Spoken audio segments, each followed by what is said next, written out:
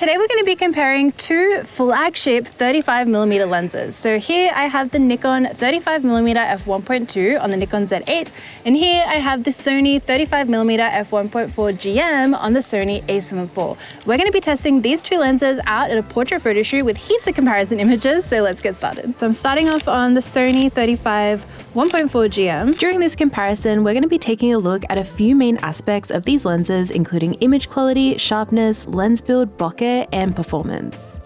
And we've got this really cool kind of like cinematic shot with a lot of negative space. And we'll have a little bit of bokeh to start taking a look at that right now. That looks beautiful.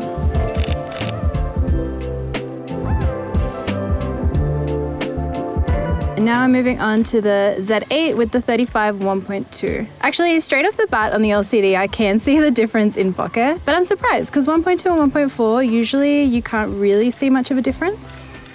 But this time you can. So let's start with bokeh. While f1.2 and f1.4 are both good options when it comes to capturing photos with a shallow depth of field, I think something that's on a lot of people's minds, including mine, is it worth it going for an f1.2 lens? 35mm is my favorite focal length, so this is something that I'm really interested in. Like I mentioned, on location, you can see a bit of a difference in the bokeh size when using these lenses side by side. The 35 f1.2 has slightly larger bokeh, and the background is creamier too.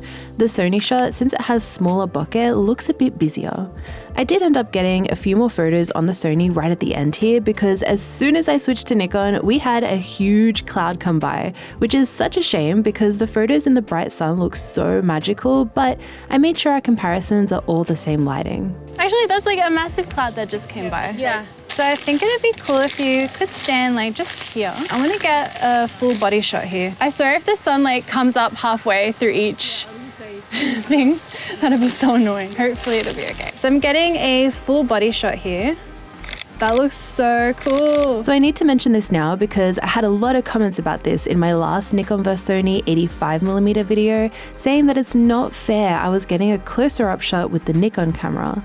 The Z8 is a 45 megapixel camera compared to the A7IV, which is 33 megapixels. If you take a look at the first set of comparison images where it's a full view, you'll see that I framed both shots to be the same distance away from Devon each time, but when we zoom in to 100% to check sharpness, the Nikon file appears more zoomed in only because it's a higher resolution image. So the comparison is still fair as this doesn't change sharpness or bokeh, since the difference we're seeing is due to resolution and not because I was physically closer.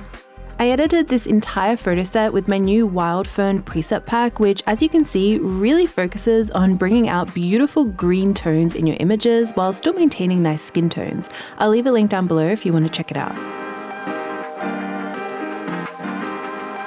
I love like this little green area. If you just stand like here in this little, then we can kind of get like your hands and stuff in the frame. I'm gonna twist this way a little bit.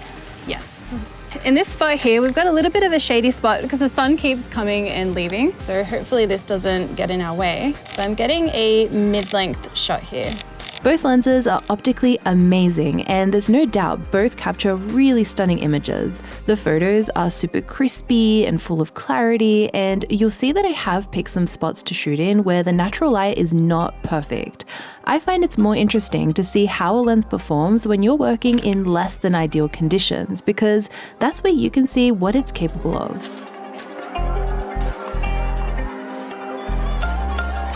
I love like hands in a portrait. Yeah. Here we have a bit of bright sun streaming into parts of the photo, and in the next spot you'll see we have quite dramatic side lighting to look at too. Anyway, if I had to pick an image quality or sharpness winner out of these two lenses, I have to hand it to Nikon for this round. I would say it has a slight edge sometimes in terms of clarity, which I think you can really see in this comparison image. I think it's also all the more impressive that they are achieving this with a shallow aperture of f1.2. Let me know what you think in the comments. Have quite dramatic side lighting to look at too.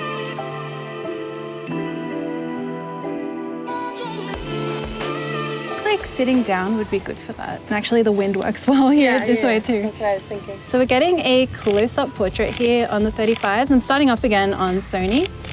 and I am still shooting at f1.4. A couple of things I noticed in the final unedited images are the Nikon photos were always a bit warmer and the Sony files looked cooler, and this is using the exact same white balance for both cameras.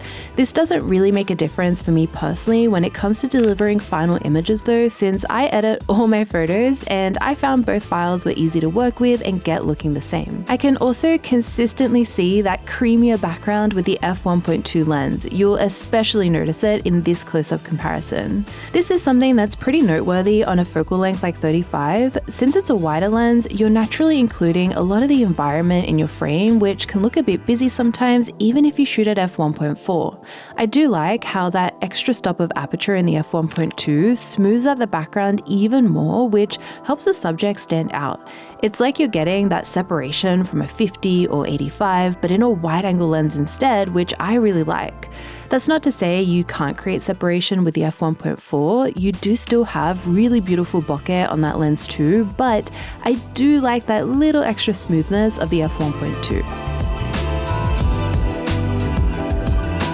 Just get a shot with these blue flowers. Let's go a little bit further down, just where there's like, I like this little patch of blue. If you wanted to stand like right in there, we'll try and get more of that in the background. Okay, if it's cloudy, then maybe we should shoot this way. Yep, that looks way better. Okay. I did want to shoot a backlit shot for our last comparison, but there's a giant cloud that's covered the sun and I don't think it's going anywhere. So I'm gonna shoot this way instead with some direct light on Devon.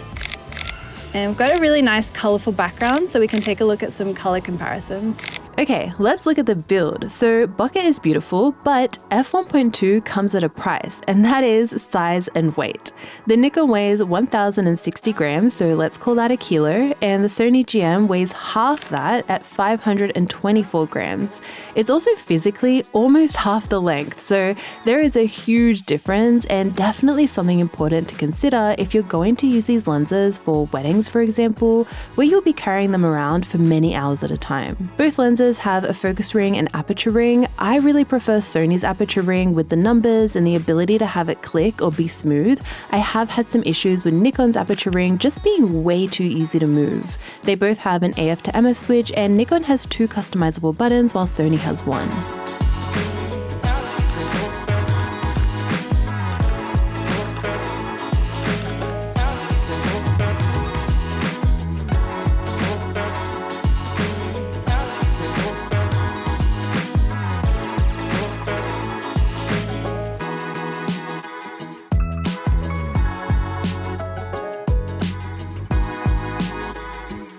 And then can we try one, if you like bring your face in kind of this way, like I want to see if I can get a little bit of the flowers. In terms of performance, both lenses are able to keep up with autofocus just fine for portraits.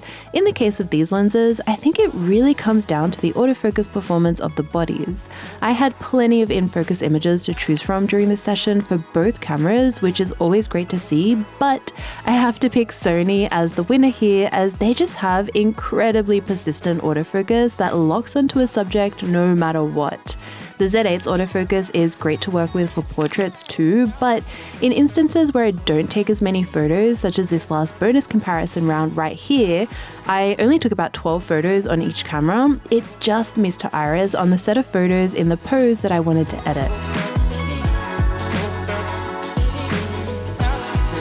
That is all I have for today's video. Let me know in the comments which one you prefer. And as always, thank you so much for watching. I make new videos every single week, so I will see you all next time. Bye.